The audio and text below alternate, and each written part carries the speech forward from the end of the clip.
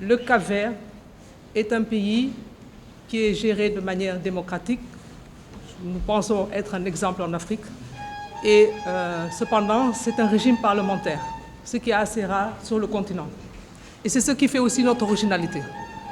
Donc les législatives sont beaucoup plus importantes pour nous que les présidentielles. Parce qu'en fait, le pouvoir est entre les mains du Premier ministre. Le président, c'est surtout un arbitre chez nous. Il a le pouvoir de mettre son veto quand une loi n'est pas conforme à la Constitution. Par contre, il a aussi le pouvoir de s'occuper des relations extérieures. Alors ça, c'est excellent parce que ça permet d'avoir un équilibre. Un équilibre, et c'est ce qui fait qu'aujourd'hui, notre pays est reconnu pour être un pays démocratique. En ce qui concerne ma déclaration, le dimanche 18 avril 2021, chaque citoyen capverdien a un rendez-vous majeur avec l'histoire de notre cher pays, le Cap-Vert, pour les élections législatives. Cet important scrutin pour la diaspora capverdienne et le Sénégal en particulier nous donne l'opportunité de choisir les hommes et les femmes appelés à conduire notre destinée pendant les 5 ans à venir dans un contexte inédit de la pandémie de Covid-19. Et là, je voudrais dire, nous, avec le Covid-19, c'est très compliqué. Parce que le gouvernement en place, nous sommes dans l'opposition. Le PAICV est dans l'opposition. Le gouvernement en place ne nous a donné que 16 jours de campagne. Officiellement, la campagne a démarré le 1er avril et doit s'achever le 16 avril. Et vous conviendrez avec nous, pour une communauté qui est majoritairement catholique, ça veut dire que le jeudi de Pâques, jusqu'au lundi de Pâques, il était absolument impossible de travailler. Au final, nous n'avons que 11 jours de campagne. Quand le gouvernement PAICV était au pouvoir, 6 mois avant la date des élections, nous avions d'abord le recensement et une facilité pour la gratuité de l'accès à la nationalité des ressortissants capverdiens nés au Sénégal. Nous n'avons eu aucun de ces avantages pour ce scrutin, parce que nous avons eu un recensement, mais je dirais plutôt que ce n'est même pas un recensement, parce que c'est une réactualisation du fichier qui a duré moins d'un mois. Et vous conviendrez avec moi qu'en moins d'un mois, il est absolument difficile de faire le travail. Cela dit, chacun d'entre nous détient entre ses mains cette lourde responsabilité de choisir non seulement le Premier ministre, mais également les députés de la nation, qu'ils soient dans les îles ou dans la diaspora. Et là, il faut savoir que dans la diaspora, dans notre système, nous avons 2 députés par continent. C'est normal. Parce que si on n'avait pas 2 députés par continent, ça voudrait dire peut-être que le président de la République et les députés et le Premier ministre seraient choisis uniquement par la diaspora pour un pays comme le nôtre où nous n'avons que 500 et quelques mille habitants. Et par contre, nous avons près d'1 500 000 personnes dans la diaspora. Et ça amènerait beaucoup plus de risques, n'est-ce pas, pour la gestion de notre démocratie. Donc, nous voulons en tout cas dire à notre communauté de venir voter, malgré la pandémie, parce que toutes les mesures barrières seront mises en place pour respecter en tout cas la sécurité sanitaire, parce que leur santé est réellement notre préoccupation et notre priorité. Donc, une fois de plus, j'insiste auprès de nos compatriotes pour venir voter. Voter, c'est un droit constitutionnel. En 2016, nous avons eu 48% d'abstention, qui pouvait aussi s'expliquer du fait qu'il y avait en même temps le référendum du président Macky Sall. Et la spécificité de notre communauté, c'est que nous sommes, pour la majorité d'entre nous, des binationaux. Donc, nous sommes aussi bien Cap-Verdiens que Sénégalais. Donc, nous votons dans ces deux pays. Et c'est important. Et c'est important aujourd'hui que la communauté capverdienne soit mieux connue. C'est vrai qu'elle est connue, parce que c'est certainement l'une des communautés les plus anciennes, historiquement, parce que depuis les années 1920, on a vu venir les premiers émigrants, n'est-ce pas, du Cap-Vert. Et c'est certainement la communauté la plus intégrée au Sénégal. Et c'est pourquoi il est important pour un Cap-Verdien de vivre sa double nationalité.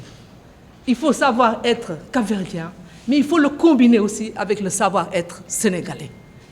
Et c'est ça qui fait vraiment le must de notre communauté. Et c'est pourquoi j'invite chaque citoyen capverdien à venir accomplir son devoir de citoyen. Parce qu'en accomplissant son devoir de citoyen, c'est une manière de construire le Cap-Vert aussi. C'est une manière d'apporter sa pierre à l'édifice. Et ça, c'est extrêmement important. Et vraiment, je voudrais vous remercier, messieurs, dames de la presse, parce que l'information est capitale.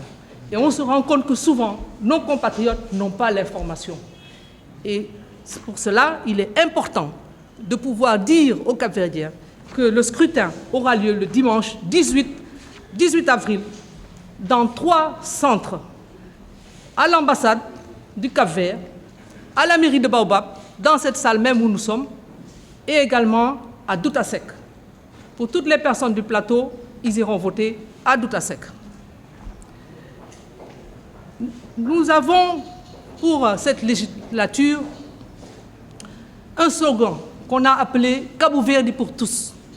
Pourquoi Cabo Verde pour tous? Nous ne voulons pas de discrimination. Et nous avons été objets pendant ces 5 dernières années de discrimination dans tous les domaines, qu'il s'agisse du domaine culturel, qu'il s'agisse de la gestion des citoyens de la CEDEAO, qu'il s'agisse des personnes de la communauté, parce que le Covid est arrivé. Notre communauté a énormément souffert de cette pandémie quand on a fermé les frontières, parce que nous avons beaucoup de personnes dans notre communauté qui vivent de cette économie. Vous avez ceux qui reçoivent les malades, vous avez les accompagnants des malades, vous avez ceux qui commercialisent les produits du Cap-Vert, et tout ce monde s'est retrouvé du jour au lendemain sans activité. Le Cap-Vert a reçu énormément d'aides, en particulier de l'Union européenne, mais le gouvernement MPD n'a distribué ces aides qu'à leurs militants. Il se trouve que le Sénégal, c'est le PAICV qui a toujours gagné. Et donc, nos militants ont été affectés, ils n'ont rien eu. Ils sont aujourd'hui en train d'utiliser ces fonds pour faire campagne et le distribuer aux gens, ce que nous, on n'a jamais connu dans notre communauté. On n'a jamais connu la corruption, encore moins dans les élections, n'est-ce pas? Et l'argent qu'ils sont en train de distribuer, c'est l'argent de l'État. C'est l'argent de la population capverdienne qui a été discriminée. L'habitat est discriminé, le petit Cap-Verdien est discriminé, l'artiste est discriminé. Il en était de même aussi pour les artistes dans le pays. Si on soupçonne seulement que vous avez une sympathie pour le PAICV, vous n'êtes pas accompagné. Cela, il faut le dire, il faut le dénoncer, parce que nous ne connaissions pas cela auparavant. Nous, ce que nous connaissons, c'est l'équilibre. C'est l'équilibre. Tout est absolument organisé. Mais cette forme de corruption qui est en train d'apparaître, nous la dénonçons publiquement parce que c'est inacceptable dans notre communauté. Donc notre principal objectif pour un Cabo Verde para todos, c'est-à-dire un Cap-Vert pour tout le monde, est de régler définitivement la question de l'accès à la nationalité cabo-verdienne pour faire de notre pays une nation globale au plus grand bénéfice de ses fils et de ses filles éparpillés à travers le monde. Cela commence d'abord par l'identité cabo-verdienne. Saviez-vous qu'il est beaucoup plus difficile pour un Cabo-Verdien aujourd'hui d'accéder à la nationalité cabo-verdienne plutôt qu'à la nationalité sénégalaise. C'est impensable, c'est inacceptable. Et c'est pourtant la réalité. Oui, la nationalité, c'est un droit constitutionnel. C'est inscrit dans la Constitution de la République du Cap-Vert. Et donc, elle ne saurait être confisquée à aucun de ses fils et de ses filles. Car nous l'avons hérité du père fondateur de notre patrie, Amilcar Cabral, qui a lutté pour qu'on ait cette indépendance. Et aujourd'hui, si on parle encore du PAICV, c'est parce que le Sénégal a été l'arrière-base de cette lutte pour l'indépendance. Et pourquoi nous avons cette démocratie? Parce qu'on n'a pas eu l'indépendance sur un plateau doré. On s'est battu pour avoir cette indépendance-là. Du sang a coulé pour qu'on ait cette indépendance-là. Donc on n'acceptera que personne ne vienne mettre en cause les acquis d'Amilcar Cabral. Nous sommes tous cabralistes, nous le revendiquons au plus profond de notre âme. C'est pourquoi, là, je veux m'adresser spécialement à mes compatriotes.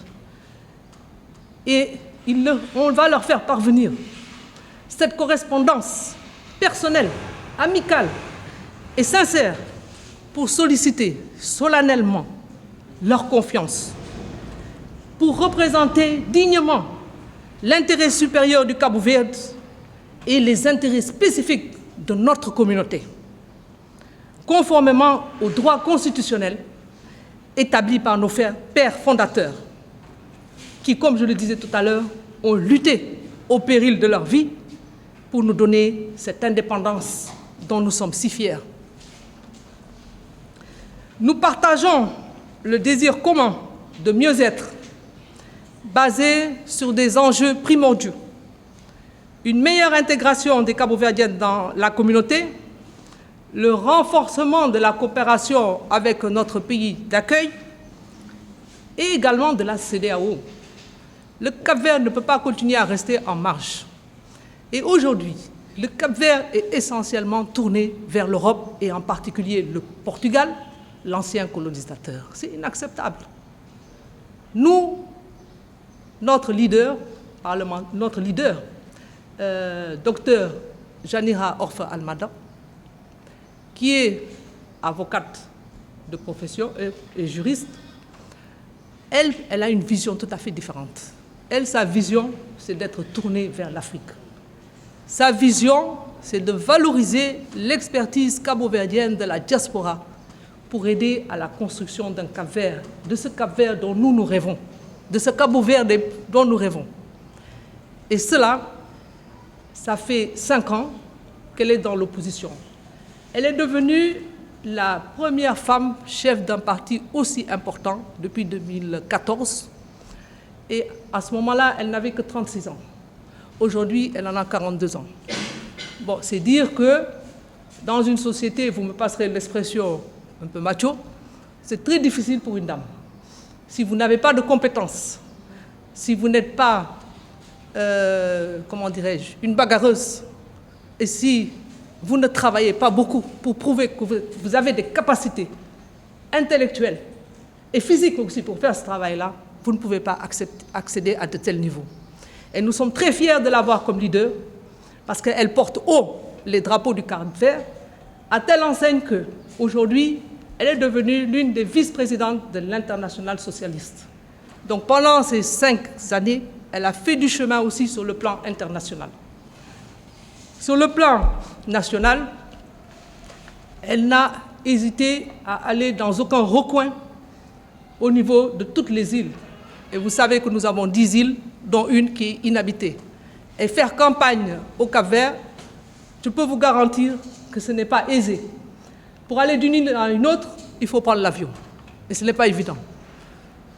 Surtout pour un régime actuel qui a démantelé notre compagnie aérienne, la TACV. Aujourd'hui, nous n'avons plus d'avion. Ils ont pris le marché local.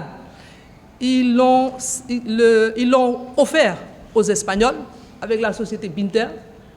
Ils ont pris le marché international. Ils l'ont offert à Islander. Islander avait promis d'emmener 11 Boeing. On a 0 Boeing aujourd'hui. Pour aller d'une île à une autre, c'est extrêmement compliqué. Il n'y a pratiquement plus de fréquences. parce qu'on ne sépare pas un marché domestique d'un marché international. Votre marché domestique, il vous appartient. Et dans un pays où nous n'avons pas d'autoroutes, les autoroutes, ce sont nos compagnies aériennes, nos compagnies maritimes. Et c'est pourquoi il ne fallait pas les privatiser. C'est du domaine de l'État. C'est à l'État d'assurer que le kilo de sucre que vous allez vendre à Praia, vous vendrez le même kilo au même prix, il sera vendu au même prix à Brava, d'un point à l'autre.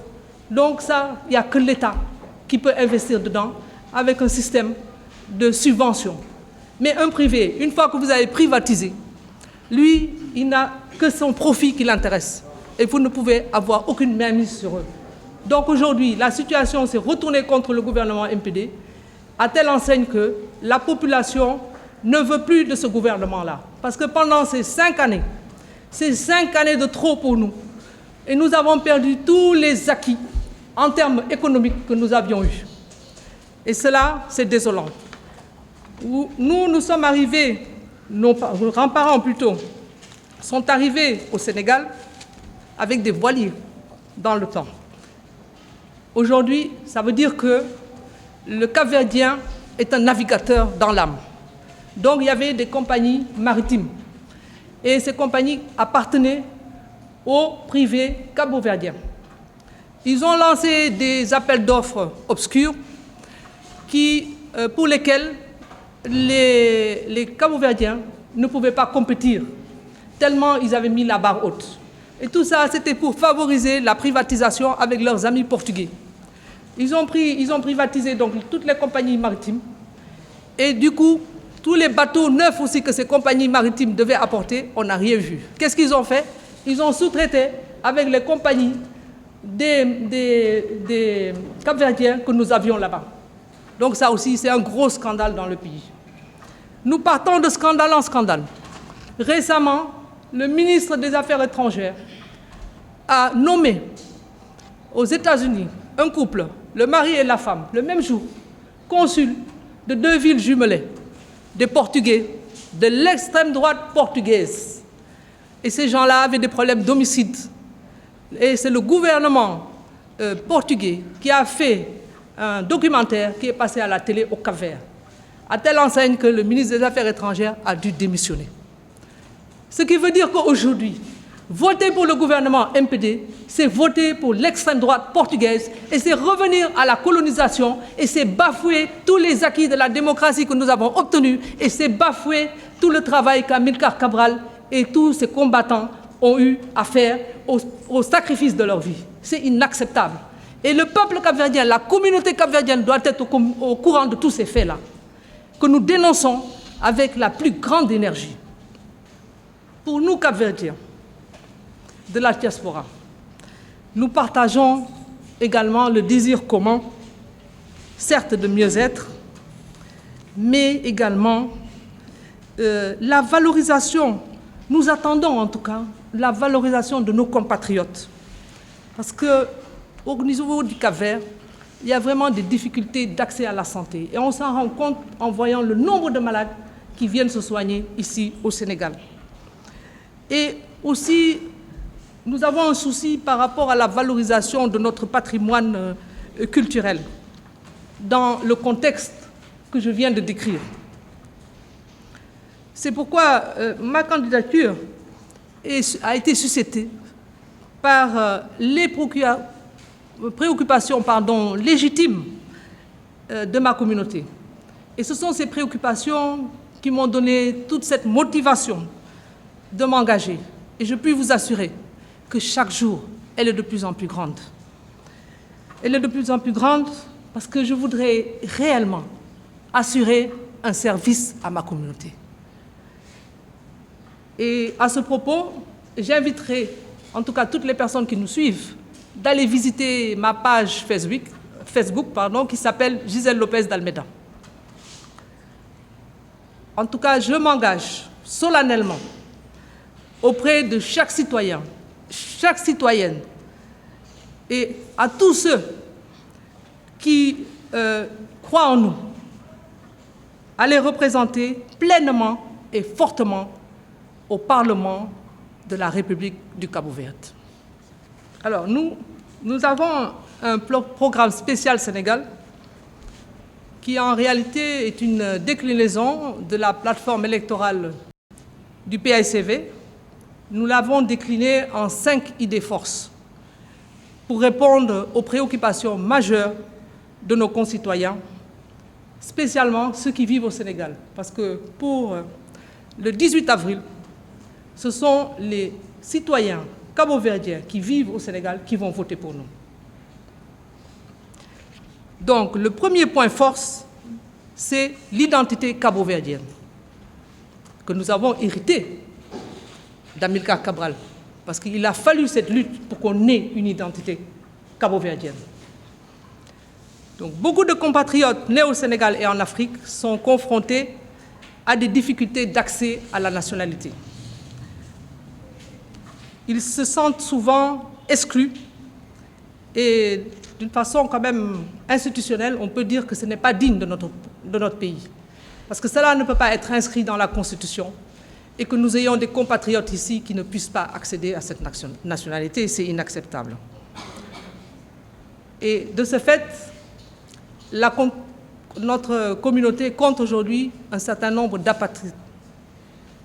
Et cela, nous devons quand même prendre des mesures pour pouvoir régler cette situation-là. Parce que quand vous avez une personne qui est apatride, ça veut dire que tous ses enfants et toute sa lignée aussi va être apatride. Et vraiment, la communauté cabo-verdienne ne mérite pas cela. Nous avons donc l'obligation de rassembler tous les fils et les filles de Cap-Verdiens et d'aider à régler d'une manière définitive cette question de nationalité. Et c'est pourquoi c'est le point numéro 1 de notre programme. Alors, nous nous engageons à réformer la loi pour faciliter l'obtention de la nationalité à tout enfant de Cabo-Verdien établi à l'étranger, assorti d'une période de gratuité dans les pays francophones d'Afrique pour régler définitivement le problème. Là, je voudrais préciser que nous autres francophones, nous avons énormément de problèmes au niveau de l'état civil, avec énormément d'erreurs qui compliquent la vie des Cabo-Verdiens nés ici lorsqu'ils veulent acquérir la nationalité cabo-verdienne. Et là, on compte bien sur nos collègues, en tout cas du Parti socialiste et l'État du Sénégal, pour nous aider à trouver un moyen d'obtenir cette facilité aux ressortissants de notre communauté. Nous nous engageons également à prendre les dispositions juridiques, administratives et logistiques nécessaires pour que cette loi soit appliquée immédiatement. Nous nous engageons également à créer un cadre formel d'intégration de tous les Cabo-Verdiens vivant au Sénégal, c'est-à-dire dans un espace de solidarité et dans un cadre d'assistance juridique. La deuxième idée force pour nous, c'est la santé pour tous. Les indicateurs macroéconomiques positifs ainsi que les formidables résultats de notre pays en matière de démocratie économique et sociale se sont particulièrement détériorés durant ces 5 dernières années de la gouvernance MPD. Il a été noté une régression des années de conquête des Cabo-Verdiens, finalement réduit à d'immenses difficultés, dont des morts dans des évacuations d'une île à une autre, quand il n'y avait pas l'assistance, l'augmentation des coûts d'accès à la santé, en plus d'une réduction des investissements dans le secteur, faisant ainsi de la santé un luxe. La santé est réellement devenue un luxe aux îles du Cap-Vert. Nous nous engageons également dans l'élaboration d'un accord de coopération dans le domaine de la santé pour tous, qui prennent en charge les évacuations sanitaires, la mise en place d'accords entre l'INPS, qui est l'Institut national de protection sociale, et les structures appropriées au Sénégal pour la prise en charge des malades dans le cadre d'une coopération entre le Sénégal et le Cap-Vert. Et également, pour finir, dans les dispositifs de mutuelle de santé. En troisième idée force, nous avons l'entrepreneuriat et l'emploi. L'entrepreneuriat et l'emploi constituent le cœur de cible de notre stratégie. Le PAICV avait impulsé une dynamique économique basée sur des choix incitatifs. En 5 ans, 3 000 postes d'emploi ont été perdus et la promesse électorale de 45 000 emplois s'est avérée utopique. Et pourtant, le gouvernement MPD a été élu sur la base de ces promesses électorales. Toutefois, au Sénégal, de nombreux compatriotes honorent notre communauté par leur réussite économique. C'est pourquoi nous entendons encourager cette dynamique en aidant les jeunes et les femmes en particulier par les engagements suivants. D'abord, l'appui conseil et la formation en entrepreneuriat, l'accès au financement de projets économiques, la création d'une plateforme stratégique emploi pour tous. En point 4, ce sont les bourses et les aides sociales. Notre conviction est qu'un développement économique doit aboutir à un développement social et humain. Nous croyons que l'humain doit être au cœur de toute action publique. La société cabo-verdienne est riche en valeurs humaines et sociales, mais cependant, elle a tendance à perdre sa solidarité légendaire, notamment avec les compatriotes les plus vulnérables.